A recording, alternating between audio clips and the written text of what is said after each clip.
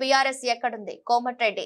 తెలంగాణలో టీఆర్ఎస్ కానీ బీఆర్ఎస్ కానీ లేదని మంత్రి కోమటిరెడ్డి వెంకటరెడ్డి ఎద్దేవా చేశారు.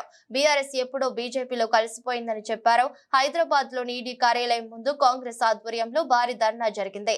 ఈ కార్యక్రమంలో ఏఐసీసీ ఇన్ఛార్జి దీపాదాస్ మున్షి, మంత్రులు కోమటిరెడ్డి, ఉత్తమ్ కుమార్ రెడ్డి, పొన్నం ప్రభాకర్, సీతక్క, శ్రీధర్ బాబు, తుమ్మల నాగేశ్వరరావు, జూపల్లి కృష్ణారావు, పలువురు ఎంపీలు, ఎమ్మెల్యేలు, పార్టీ నాయకులు పాల్గొన్నారు.